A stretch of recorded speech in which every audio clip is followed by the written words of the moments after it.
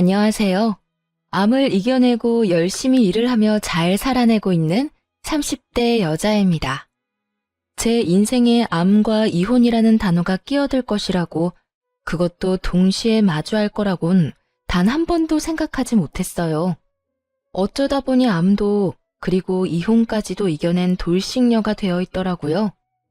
인생은 한 치 앞도 모른다고들 하지만 이렇게까지 파란만장할 줄은 몰랐네요. 인생을 바꾼 계기인 남편을 처음 만나게 된 건 맞선 자리였어요. 사업하는 집 아들내미로 꽤 사는 편이었고, 장남이어서 부모님의 기대와 사랑을 듬뿍 받고 자란 티가 나는 사람이었죠. 언제 어디서든 여유 있고 당당한 태도가 참 멋있어 보였고, 머지않아 사랑하게 되었고요. 남편 역시 저에게 관심을 보였고, 그렇게 연애를 시작했네요. 연애하면서 시부모님을 만난 적이 있는데 남편에 대한 사랑이 남다르다고 느껴지더라고요. 부모가 자식 사랑하는 마음이야 당연하다고들 하지만 뭐랄까요? 두 분의 모든 관심이 오로지 남편에게 쏠려 있다는 생각이 들 때도 있었거든요. 오죽했으면 시누이가 이런 말까지 할 정도였으니까요. 언니, 나 시집 일찍 간 거 알고 있죠? 그게 다 제가 한평생 장남 사랑에 뒤로 밀리다 보니 사랑에 목말라서 결혼을 빨리 해버린 거라고요.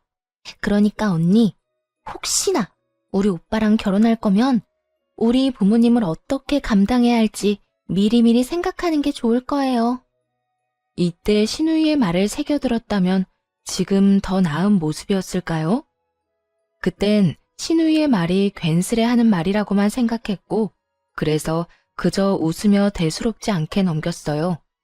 결혼을 준비하는 과정도 순조로웠죠. 시댁보단 아니어도 저희 집도 여유가 있는 편이라 예단을 비롯한 혼수 준비도 평탄했고요. 무엇보다 꽤 사는 집안의 새언니가 도움을 줘서 힘들이지 않고 결혼할 수 있었어요. 다툼 한 번 없이 결혼까지 꼴이 나고 난 후 행복만이 가득할 거라 생각했는데 웬걸요? 막상 결혼을 하고 나니 대수롭지 않게 생각했던 시부모의 아들 사랑은 예상을 뛰어넘어도 훨씬 뛰어넘더라고요. 시모에게서 매일 아침마다 전화가 오는 것도 부담스러운데 전화 내용이 더욱 부담스러웠죠. 아가, 잘 잤니? 네, 어머님. 잘 주무셨어요? 그래. 그나저나 오늘 아침은 뭘 준비하고 있니? 혹시 아침부터 빵이나 먹여서 보내려고 하는 건 아니지? 우리 아들은 아침에 빵 말고 밥 먹는 거 좋아하니까 꼭 밥 해 먹이거라. 아침엔 고춧가루 들어가는 찌개는 끓이지 말고 맑은 국물로 끓이고 반찬 같은 것도 소화시키기 쉬운 것들로 하고 말이야. 네? 아, 네. 그렇게 하도록 할게요. 그리고 내가 생각을 좀 해봤는데 점심은 도시락 좀 싸주거라. 아무래도 밖에서 먹는 음식보단 집밥이 건강에 좋지 않니? 네 신랑이니 수고스럽더라도 네가 도시락 좀 챙겨줘. 알겠니? 난감하더라고요. 저도 아침을 꼭 챙겨 먹던 터라 아침이야 함께 먹으면다고 하더라도 출근 준비를 하며 남편 도시락까지 싸는 것은 부담이 되는 일이었으니까요. 그 순간 알겠다고 대답할까 싶기도 했지만 나중에 거짓말을 들키기라도 하면 더 큰 불호령이 떨어질 것만 같아 그냥 솔직하게 말하기로 했어요. 어머님, 아침밥은 말씀대로 다 할 수 있는데요. 도시락은 아무래도 힘들 것 같아요. 저도 회사 출근 준비도 해야 하고 아침 차리고 뒷정리까지 하면 아무래도 시간이 촉박해서요. 그리고 요즘 밖에서 먹는 음식 예전처럼 그렇게 막 만들지 않아요. 건강식으로 잘 만들어 파는 곳도 많고요. 어떤 식당은 집밥보다도 더 영양가 따져서 식단 짜는 곳도 있고요. 그렇잖아요. 요즘 식당이 예전처럼 조미료 폭탄에 간만 세게 하는 것도 아니고 다들 건강을 중시하니 집밥보다도 더 정성스레 요리해서 팔곤 하니까요. 그래서 한 끼쯤은 밖에서 먹는 것도 상관없다고 생각했는데 시모는 이 말을 듣자마자 통보식으로 이렇게 말하더라고요. 그러면 회사를 그만두거라. 네? 지금 저보고 퇴사하라는 말씀이세요? 왜요? 왜긴 왜야. 너 출근 준비 때문에 우리 아들 도시락 못 사준다고 했잖니. 그까짓 회사 다녀봤자 몇 푼이나 번다고 우리 아들 도시락을 못 사주니? 그까지 푼돈 내가 다달이 줄 테니까 회사 그만두고 집에서 살림이나 해. 시집을 왔으면 남편 내조를 똑바로 해야 하는 법이란다. 순간 이건 아니다 싶어 확실하게 하고 넘어가야 한다는 생각이 들더라고요. 월급을 위해 회사에 다니는 것도 맞지만 오로지 돈 때문에 회사에 다니는 건 아니었어요. 꿈꾸는 바가 있고 하고 있는 일에 대한 자부심도 상당했거든요. 결혼을 했다고 해서 시모의 말처럼 내조나 하며 살 생각은 전혀 절대로 없었죠. 그리고 지금 참고 넘어갔다간 앞으로 어떤 일로 어디까지 간섭을 하고 들지 상상조차 되지 않았고요. 어머님, 죄송한데 전 남편만큼 제 커리어도 중요해서 회사를 이렇게 그만둘 생각은 없어요. 돈도 물론 중요하긴 하지만 돈보다도 하고 있는 일에 자부심을 느끼고 있거든요. 그러니까 네 말은 회사를 그만둘 생각이 전혀 없다. 이 뜻 맞니? 네, 맞아요. 그래? 그렇다면 일단 알았다. 불호령이라도 떨어질 것이라 생각했는데 생각보다 쉽게 넘어가서 안심했죠. 그런데 그건 그냥 넘어간 것이 아니더라고요. 시모에겐 다른 계획이 있었던 거였죠. 상의 한마디 하지 않고 일하는 이모님을 고용하는 계획 말이에요. 누구는 배부른 소리 한다고 할 수도 있지만 기분이 상당히 좋지 않더라고요. 아무리 급여는 시모가 지급한다고 해도요. 같이 사는 공간에서 제가 없는 동안에도 집을 봐줄 사람인데 제 의견은 묻지도 따지지도 않고 사람부터 보내버렸으니까요. 당장이라도 시모에게 전화를 걸어 따지고 싶었지만 더는 시모와의 분란을 만들고 싶지 않아 남편에게 말했어요. 여보, 지금 이 상황 내가 어떻게 받아들여야 해?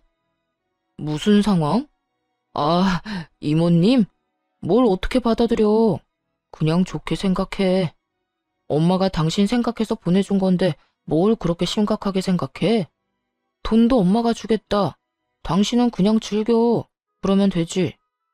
그냥 즐길 수가 없는 상황이잖아. 아무리 어머님이 내 생각을 해서 보내준 사람이라고 해도 우리 집에서 살림에 손댈 사람인데 적어도 나한테 상의는 했어야지. 어떤 사람인지도 모르는데 찝찝하잖아. 별 걱정은 다 한다. 우리 엄마가 설마 이상한 사람을 집에 보냈겠어? 걱정하지 말고 그냥 즐겨. 아침마다 당신이 밥 차리고 뒷정리하는 거 사실 나도 마음이 좋지 않았다고. 이모님이 다 해주니 나도 마음 편하고 당신은 몸 편하고 얼마나 좋아? 남편은 대수롭지 않게 생각하고 있었고 결국 대화를 포기해버렸어요. 더 이야기해봤자 저만 이상한 사람이 될 것 같기도 했고 한편으론 남편의 말처럼 설마 신모가 이상한 사람을 집으로 보내기야 했겠나 하는 생각 때문이었죠. 그런데 집으로 온 사람은 이상한 사람이 맞더라고요. 집에서 일어나는 모든 일을 시모에게 하나도 빠지지 않고 보고했으니 말이에요. 처음엔 그저 집안일만 해주는 사람이라 생각했어요. 그런데 어느 날부터 시모가 집안일에 대해서 너무 많은 것을 알고 있다는 생각이 들더라고요. 아가, 요즘 회사 많이 바쁘니? 네? 그냥 조금 바쁘기는 한데 왜 그러세요? 그냥 목소리가 힘이 없는 것 같아서. 바쁘면 퇴근도 늦겠구나. 아무리 맞벌이라고 해도 여자는 남자가 집에 들어오기 전에 먼저 집에 와서 맞이해야 하는 건 알고 있지?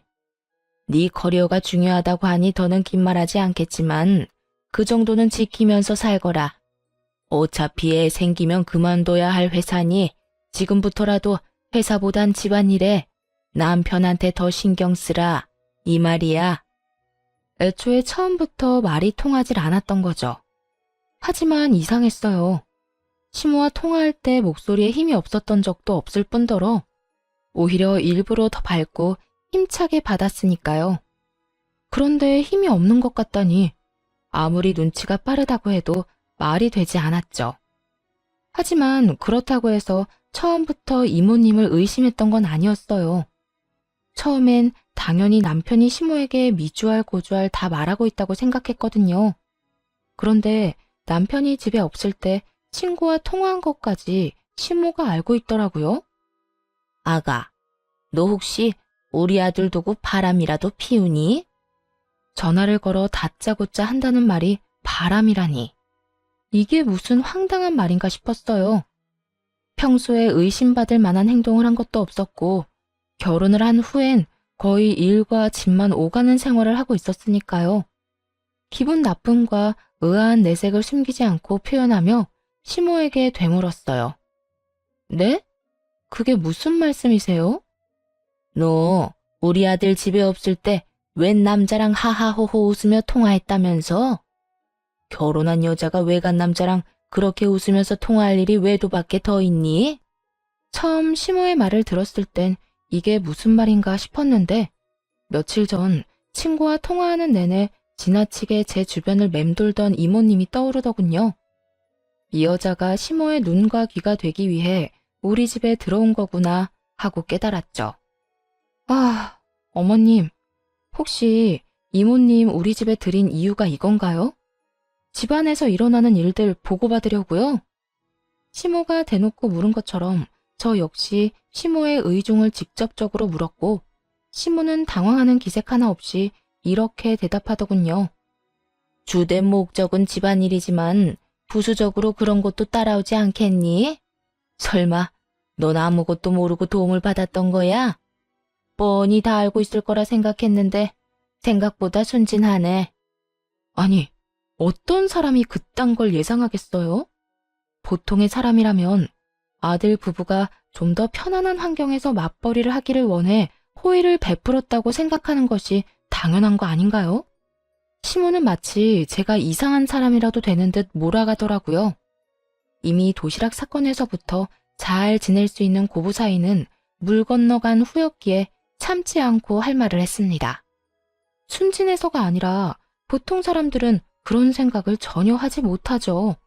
하여튼 무슨 말을 어떻게 전하고 들었는지 모르겠지만 그냥 친구예요. 그냥 친구? 결혼한 여자가 다른 남자랑 그렇게 정이 뚝뚝 떨어졌다는데 그냥 친구? 그걸 지금 믿으라고 하는 말이니?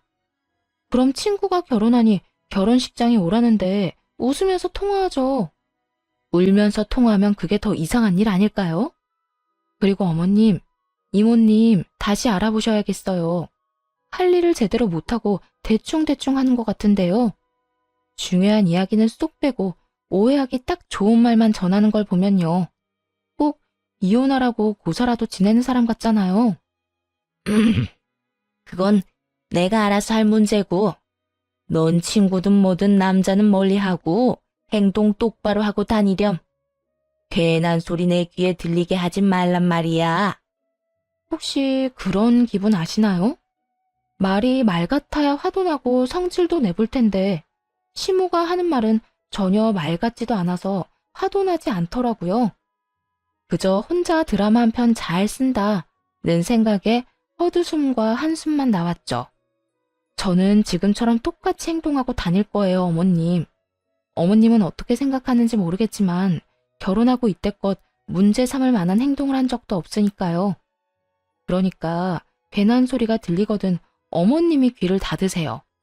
그러면 저도 어머님도 서로 평화롭지 않겠어요? 너 지금 감히 나한테 말대꾸하는 것도 모자라 나한테 명령질을 하는 거니? 그렇게 느끼시면 그렇게 생각하세요. 그리고요, 어머님. 우리 집에 저딴 이모님은 필요 없으니 앞으로는 보내지 마세요. 그러면 끊겠습니다. 전화를 끊고 시모의 말을 곱씹으면 곱씹을수록 어이가 없더라고요.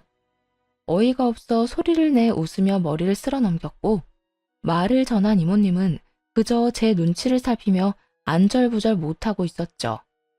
그렇게 한참 불편한 상황이 이어지고 있는데 남편이 집으로 들어왔어요. 소파에 앉은 제 표정이 남편의 눈에도 좋지 않아 보였는지 바로 곁으로 와 이유를 묻기 시작하더라고요. 여보, 표정이 왜 그렇게 살벌해? 무슨 일 있었어? 일 많았지. 혹시 당신은 알았어?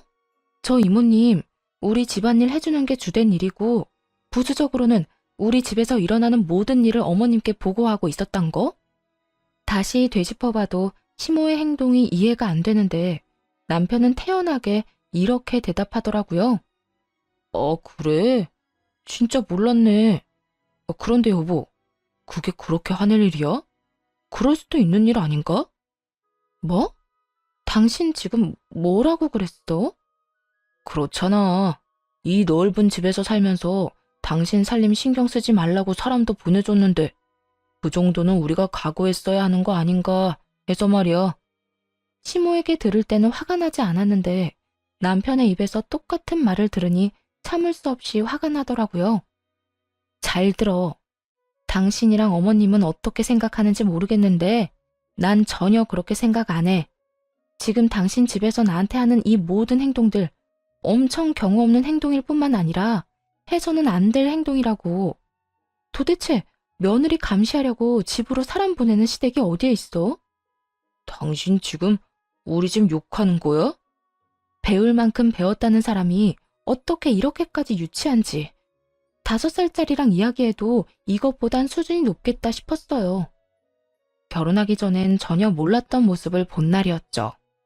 좋게 설명해도 남편은 똑바로 들을 생각이 없어 보였고 전 저대로 답답하고 화가 나는 상황이 반복됐죠. 당신은 이 상황이 얼마나 잘못된 건지 전혀 모르는 것 같네. 잘못은 확실히 짚고 넘어가자는 말이야. 꼭 이렇게 잘잘못을 따지고 들어야겠어?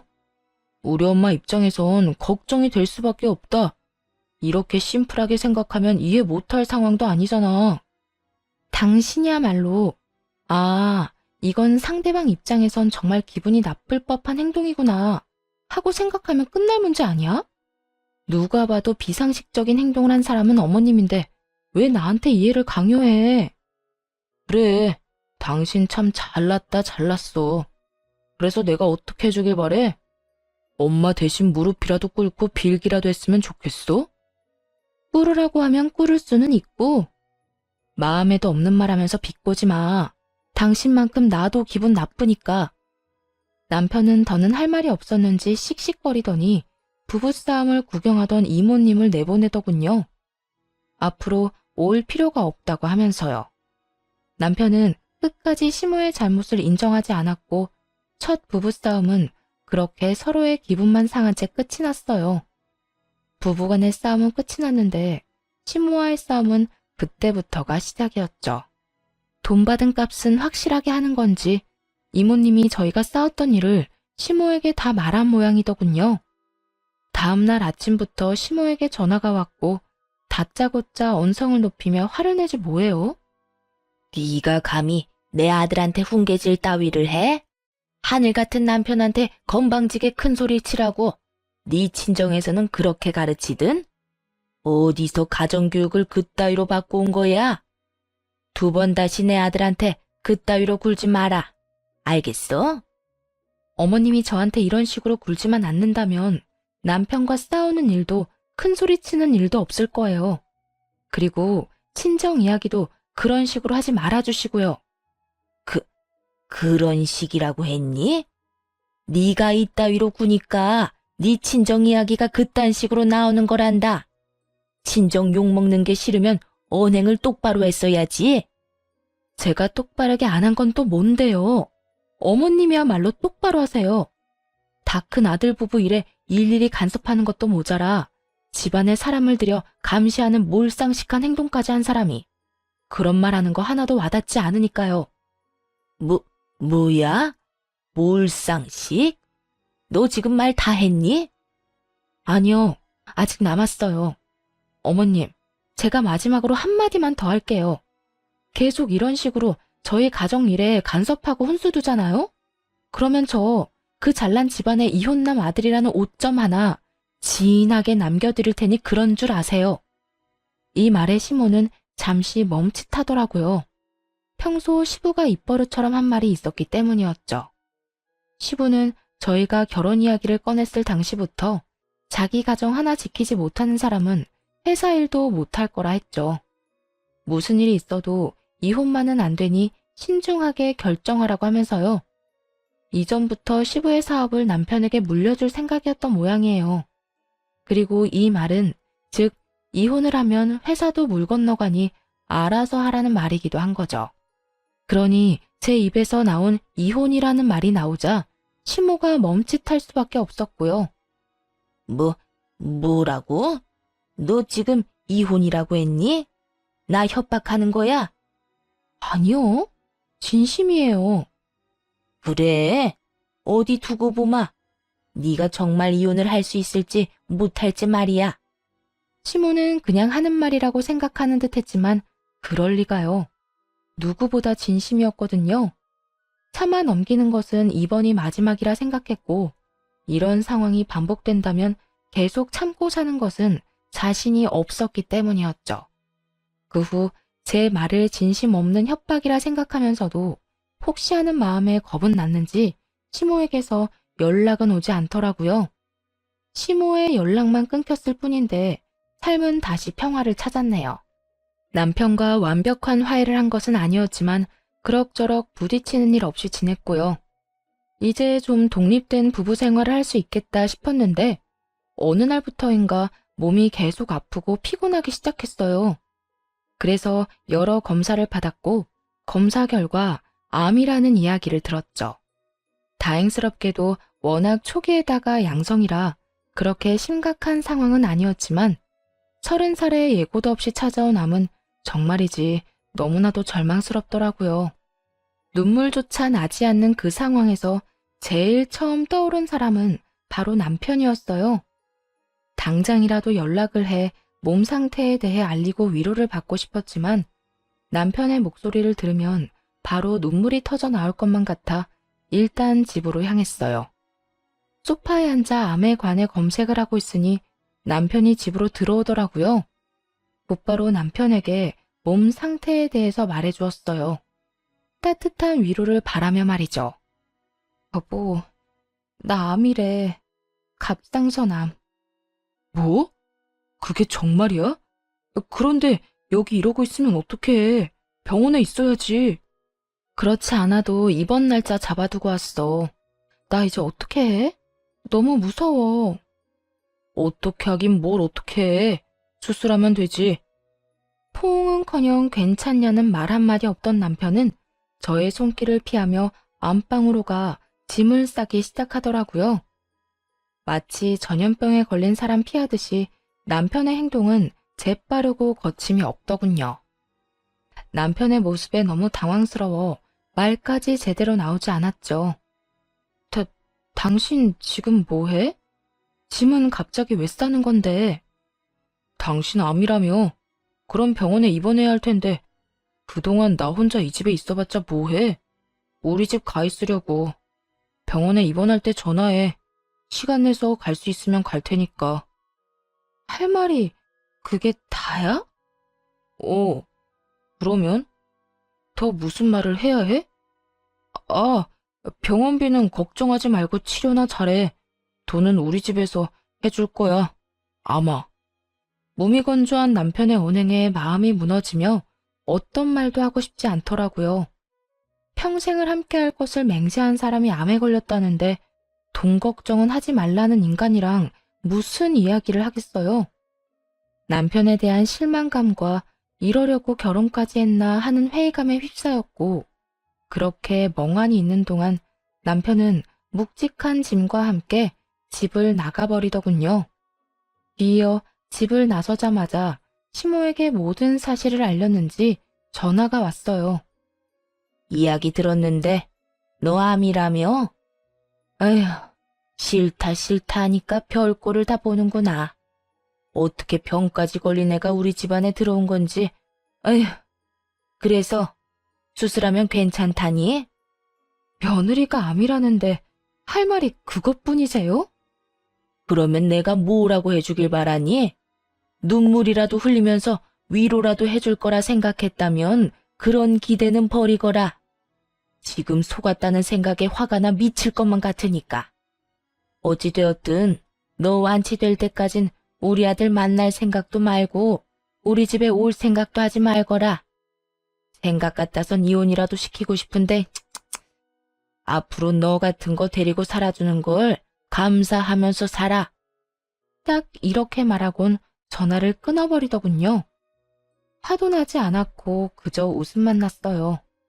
하는 꼴이 그 엄마의 그 아들인가 하는 생각이 들기도 했고 이런 꼴을 보기 위해 이런 상황까지 왔구나 하는 생각이 들더군요. 그리고 이혼을 꼭 해야겠다는 다짐도 했고요. 일단 이혼도 이혼이지만 치료가 우선이었기에 서둘러 입원을 해 수술을 받았습니다. 다행스럽게도 수술은 잘 되었고 경과 역시 좋았어요. 차가운 수술실에서도 적막한 병실에서도 온 머릿속이 이혼 생각으로 가득 차서인지 암을 견디는 과정에서 지치거나 힘들지도 않더라고요. 오로지 빨리 암을 이겨내서 보란 듯이 건강한 모습으로 이혼해야지 그 생각뿐이었어요. 그렇게 시간은 흘러 퇴원을 앞두고 있던 어느 날 남편과 시모가 병실로 찾아오더라고요. 완치될 때까진 얼굴 볼 생각도 하지 말라더니 봉투를 가지고 왔더군요. 여기 돈 좀 넣었으니 병원비하고 남는 건 몸보신 하는데 보태 쓰거라. 다 나을 때까지 얼굴 볼 생각도 하지 말라더니 병원비 주려고 왔나 봐요. 저도 병원비쯤은 있는데 괜한 걸음 하셨네요.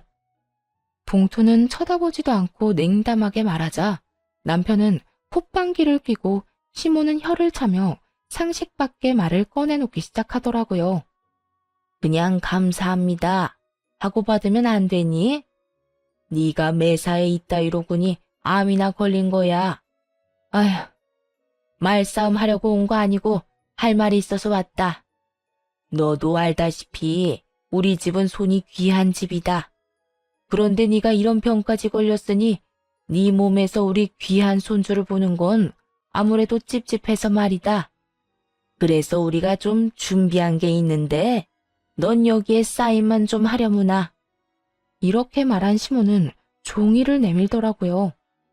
남편이 밖에서 낳아온 자식을 친자식처럼 정성껏 잘 키우겠다는 내용이 적힌 종이었어요.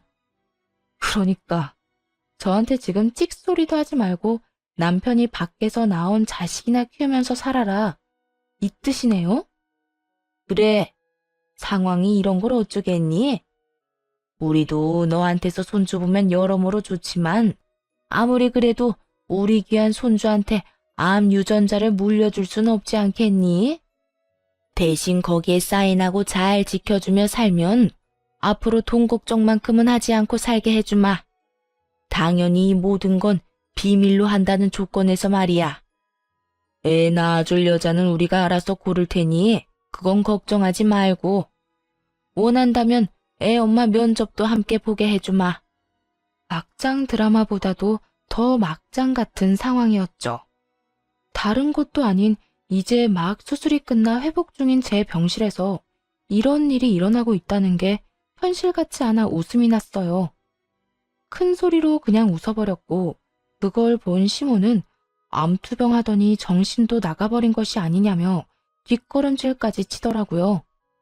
그렇게 한참을 웃다가 가까스로 웃음을 멈추고 종이를 다 찢어버렸어요. 그리곤 남편과 시모를 보며 이렇게 말해줬네요. 그냥 이혼하자. 나 더는 당신 같은 인간이랑 살고 싶지 않네. 당신 같은 인간 며느리 하고 싶지 않고. 당연히 그 각서에 사인을 할 거라 생각했던 건지 두 사람은 저의 갑작스러운 이혼 통보에 놀란 눈을 하고 길길이 날뛰기 시작했어요. 이혼? 당신 정말 정신도 나가버린 거야? 이혼은 무슨 이혼이야. 정신 차려. 당신 지금 암 환자야. 그런 주제에 이혼은 무슨 이혼이야? 그래, 우리 아들이 너 같은 거 못 데리고 산다고 이혼하자고 해도 모자랄 상황에 뭐? 이혼? 주제도 모르고 누구 네가 예뻐서 그런 제안을 한 줄 알아? 어쨌든 이혼은 절대 안 되니까 헛소리 그만하고 애 낳으면 애나 잘 키울 준비해. 어디서 대본이라도 외우고 온 건가 싶었네요. 장단이 어찌나 잘 맞던지 박수라도 쳐주고 싶은 심정이었어요. 정신 차리지 못하고 헛소리만 하는 두 사람을 향해 언성을 높였어요. 그 애, 당신 엄마랑 당신이나 잘 키워. 그렇게 귀한 손주인데 날 뭘 믿고 맡기려고? 아까부터 말했지만 나라고 네가 마음에 들어서 이러는 게 아니다. 이미 결혼을 했고 우리 집 호적에 있는 이상 너도 네 할 도리는 다 해. 밖에서 낳아온 자식 키워줄 도리는 도대체 무슨 도리인지 알 수가 없네요. 어쨌든 그딴에 키울 생각도 없고 태어나는 대로 이혼할 거니까 그런 줄이나 아세요. 아이, 너 지금 이러는 이유가 돈 때문이니? 왜? 이 봉투에 든 돈이 모자랄 것 같아서 그래? 돈 더 주면 되겠니? 앞으로 돈 걱정 없이 살게 해주겠다는 내용도 각서에 적어주면 만족할래? 시모는 돈을 더 꺼내려 가방을 뒤지기 시작했어요. 그 순간 새언니가 병실로 들어오더니 침대 위에 올려진 돈봉투를 들고 시모를 향해 이렇게 말했어요. 이 노인네가 듣고만 있으려니 도저히 못 참게 만드네. 이보세요, 아줌마. 돈이 그렇게나 많아? 돈질하라고 싶어 못 참겠어? 그런데 어떻게 하지? 돈은 우리 집도 꽤 있는 편이라 이까짓 거 필요 없는데 말이야. 화가 난 새언니는 돈봉투 안에 돈을 모조리 꺼내 시모 얼굴에 던져버렸어요. 그리곤 가방 안에 사진도 꺼내 던졌고요. 새언니가 던진 사진엔 남편이 다른 여자와 호텔을 들락날락거리는 장면이 무수히 많이 찍혀 있었고, 더 어이없었던 건 여자들이 모두 다른 사람들이라는 거였어요. 여기저기 떨어진 사진들을 보자 화가 다시 끓어오르는 듯 새언니는 두 사람에게 삿대질까지 하며 몰아붙이더라고요. 이딴 더러운 짓거리나 하고 돌아다닌 주제에 여기가 어디라고 찾아와서 그딴 말 같지도 않은 말을 짓거려? 너희들이 그러고도 인간이야? 어떻게 인간의 탈을 쓰고 여기가 어디라고? 새언니의 고함에 두 사람은 아무 말도 하지 못하더라고요. 거기에다 시모도 남편이 이딴 짓을 하고 다니는 것은 몰랐는지 꽤 놀란 눈치기도 하더군요. 평소라면 남편 대신 변명하기 바빴을 시모가 놀라서 벌어진 입을 다물 생각도 못하고 있었으니까요.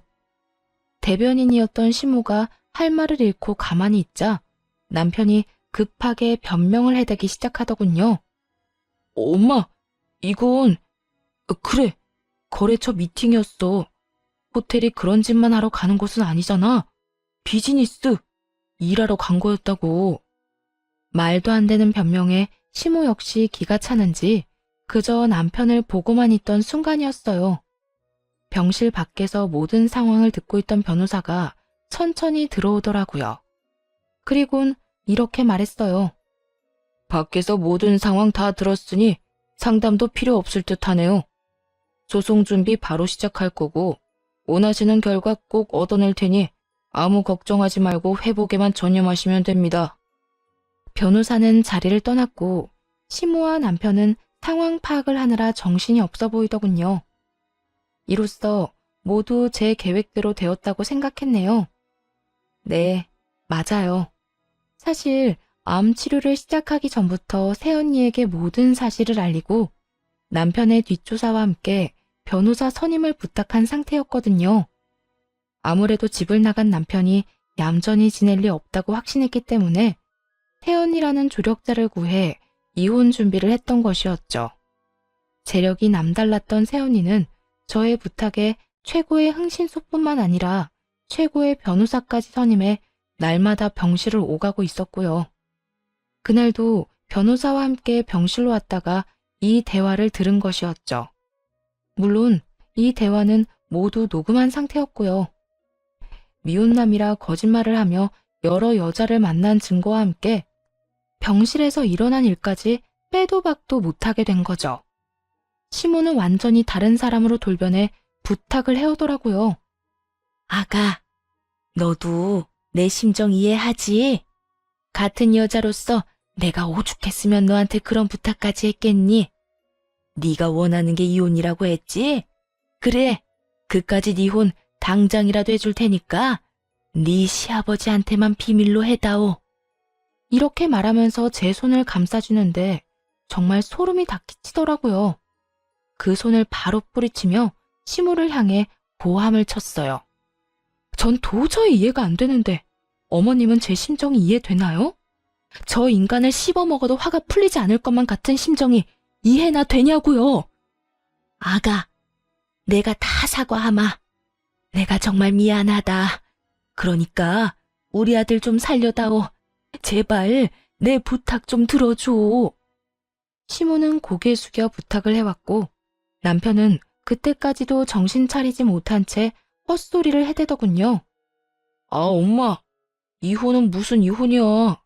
집사람이 몸이 약해서 그렇지 저런 여자 또 찾기 힘들다고. 난 절대 이혼 안 할 거야. 이건 또 무슨 개소리인가 싶었는데 시모 역시 저와 생각이 같았는지 남편의 등을 내리치며 이렇게 말하더라고요. 그렇게 이혼하기 싫다는 녀석이 이딴 짓이나 하고 돌아다녀? 너 이러고 다닌 거 알면 네 아버지 가만 안 있어. 도대체 뒷감당을 어떻게 하려고 이딴 짓을 한 거야? 아니, 그게 아니라 정말 실수였어, 실수. 여보, 정말 한순간에 충동적으로 그랬던 거였어. 사실 요즘 우리 그렇게 살갑게 지냈던 건 아니었잖아. 나도 외롭고 건강한 남자다 보니까 한순간 잘못된 결정을 했었어. 그러니까 제발 이혼만은 하지 말자, 응? 당신도 잘 알잖아. 나 이혼하면 그날부터 인생 망한다는 거. 입에 발린 소리로도 사랑하기에 이혼하지 않겠다고는 하지 않더라고요. 어느 정도 알고는 있었지만 막상 그 순간을 마주하고 나니 비참하기도 하고 후련하기도 한 그런 오묘한 기분이었어요. 마지막까지도 사랑이라는 말을 꺼내지도 않던 남편은 빌기 시작했고 그런 남편을 뿌리쳐버렸네요. 그리곤 남편이 지금 처한 현실에 대해 알려주었죠. 당신 지금 여기서 이러고 있을 시간 없어. 우리 새언니가 나 대신해서 당신 외도 사진들 아버님께 다 보내버렸거든. 남편과 시모의 눈이 동시에 커지더군요. 어떻게 해서든 그 자리에서 제 입을 막아보려 애썼는데 이미 소용없는 짓이란 걸 알아버렸으니 여러 생각이 오가는 듯 했어요. 뭐라고? 그걸 언제 보낸 거야? 병원 오기 전에 퀵으로? 그러니까 나한테 이러고 있지 말고 얼른 가봐. 혹시 알아? 퀵 서비스보다 당신이 더 일찍 도착할지? 믿을 수 없었는지 남편은 따져 묻더라고요. 당신 꼭 이렇게까지 해야 했어? 이렇게까지 해서 당신한테 남는 게 뭔데? 그런 걸 묻기 전에 네가 나한테 한 짓이나 생각하지 그래? 내가 당신한테 뭘 어떻게 했는데? 남편은 진심으로 본인이 한 짓거리에 대해 자각이 없는 것 같더라고요. 이 말을 하는 남편의 눈빛이 진심이었거든요. 그런 남편의 모습에 더욱 화가 나 굳이 입 밖에 내고 싶지 않았던 말들을 꺼내놓기 시작했어요. 비참하고 또 비참해서 하고 싶지 않았던 말들이요. 너 내가 암 걸렸다고 할 때 괜찮다고 말이라도 한마디 했니? 위로는커녕 바로 짐 싸서 집 나가버린 것도 모자라 온갖 더러운 짓은 혼자 다 하고 다녔잖아. 그 더러운 짓거리하고 다닐 동안 난 혼자 입원하고 혼자 수술 받으러 들어갔어. 그리고 혼자 회복하느라 너무나도 힘든 시간을 보냈고 말하는 내내 눈물이 차오르는 걸 참느라 얼마나 힘들었는지 몰라요. 스스로가 너무 불쌍해서 또 서글퍼서 계속 울컥하더라고요. 그런 제 기분을 단 1%도 공감하지 못했는지 남편 놈은 이렇게 말하더군요. 이혼하는 건 좋다 이거야. 왜 굳이 아버지한테까지 다 알리는 건데? 그냥 조용히 이혼만 했으면 됐잖아. 이 말을 듣는데 눈물이 쏙 들어가더군요. 아, 이런 인간이랑 내가 무슨 말을 하겠나 하는 생각이 들며 이젠 정말 끝이라고 생각됐어요. 내가 왜? 누구 좋으라고? 조용히 이혼해주면 당신은 아버님 속이고 회사까지 물려받을 텐데 내가 미쳤다고 조용히 이혼만 해주겠어? 난 암에 걸렸을 뿐이지 정신이 나가버린 건 아니거든. 그러니까 여기서 헛소리 그만하고 헛된 꿈도 그만 꾸고 얼른 네 잘난 집에나 가봐. 가서 싹싹 빌기라도 해야 빠져나갈 구멍이라도 생기지 않겠어? 이혼은 무조건 할 거니까 얼른 네 집이나 가봐. 당장 내 눈에서 꺼져줘 제발. 그제야 남편과 시모는 저를 설득하는 것이 소용없다는 걸 깨달았는지 불이 나게 뛰어나가더라고요. 하지만 둘이 아무리 빨리 간다고 해도 외도 사진은 시댁이 아닌 시부의 회사로 보내버렸으니 소용없는 짓이었지만요. 이후 변호사님 덕분에 순조롭게 이혼했고 전 남편은 시부에게 단단히 미운 털이 박혀 그렇게 무시하던 전 시누이보다 못한 취급을 받고 살고 있다고 하더군요. 거기에다 전 시부의 회사에서 쫓겨난 것은 물론이고 집에서마저 쫓겨나 지금은 원룸 생활을 하며 지내고 있다는 소식도 들려왔고요. 듣기론 스스로 번 돈으로 능력을 인정받으면 다시 받아준다고 했다던데 불가능할 것이라고 보이네요. 그도 그럴 것이 결혼 생활을 하며 전 남편을 지켜본 바론 게으르고 아나무인에다가 무엇이든 간절하게 노력해본 적 없는 인간이었거든요. 그런 인간이 혼자 힘으로 일어서는 건 가망 없는 일 아니겠어요? 이런 예상이 틀리지 않았다는 걸 보여주듯 전 남편에게 연락이 온 적이 있었어요. 아주 구질구질한 이유로 말이에요. 여보, 희진아, 잘 지내지? 덕분에 난 잘 지내는데 넌 못 지낸다고 들었어. 왜 전화했어? 서로 다정하게 이름 부르고 통화할 사이는 아니잖아. 그게, 희진아, 나 부탁이 있어서 전화했어. 혹시 나 돈 좀 빌려주면 안 될까? 내 이야기 다 들었으면 알겠지만 우리 아버지 내가 제대로 된 성과를 내야 다시 받아주시겠대. 그런데 너도 알다시피 내가 남 밑에 들어가서 일할 성격이 못 되잖아. 그래서 사업을 하려고 하는데 돈이 없어. 아버지가 돈줄도 다 막아버렸거든. 그러니까 네가 다시 네 집구석으로 돌아가려고 사업을 하려고 하는데 그 사업 자금을 나한테서 빌려가겠다는 거야? 너 진짜 제정신 아니구나. 너 같으면 너한테 땡전 한 푼이라도 주고 싶겠니? 주는 게 아니고 빌려달라는 거라니까. 어쨌든 난 너한테 내 돈 10원도 빌려주기 싫으니까 다신 이런 걸로 연락하지 마. 희진아, 그렇게 냉정하게 굴지 말고 한 번만 좋게 생각해줘. 너도 나한테는 사랑했잖아.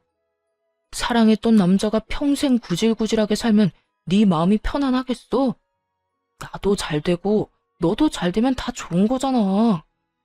서로의 행복을 빌며 이혼하는 사람들이 몇이나 된다고 전 남편은 양심도 없는지 그 몇 안 되는 케이스 중 하나가 자신이라고 큰 착각을 하고 있더군요. 그래서 그 착각을 산산조각 내주었어요. 웃기시네 진짜. 야, 정신 차려. 난 너 잘 되라고 이혼한 게 아니라 그 모양 그 꼴로 평생 살라고 이혼한 거야. 그러니까 이런 연락 다시 하지도 마. 알겠어? 미친 소리를 하는 전 남편의 전화를 끊어버렸고 그렇게 그 집구석과의 인연도 끝이라고 생각하며 지냈어요. 그런데 이번엔 원망이 가득 찬 얼굴로 전 시모가 찾아와 난동을 피워대더군요. 휴대전화가 불이 나게 연락이 오곤 했는데 모든 연락을 차단하니 결국 찾아온 것이었죠. 이년아, 내 아들 그 골방에 밀어놓고 넌 속 편히 잘 살고 있나 보네. 내 아들 인생 망쳐놓고 넌 행복하니? 행복해? 그렇게 잘난 아들 스스로 다시 일어나도록 노력이나 좀 해보라고 하세요. 그리고 그 아들이 그렇게 망해버린 건 제 탓이 아니라 그 아들 탓이라고요. 인생을 그따위로 살았으니 그딴 결말을 맞이한 거죠. 뭐야? 이년이 너 말 다 했어?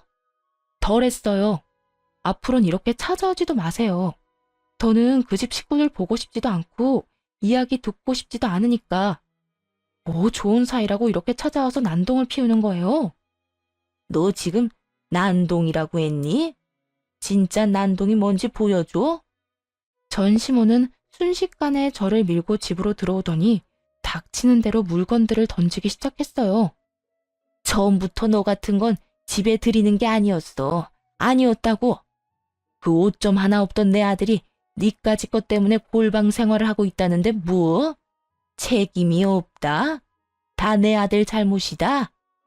고작 그딴 말이나 듣자고 내가 여기까지 찾아온 줄 알아?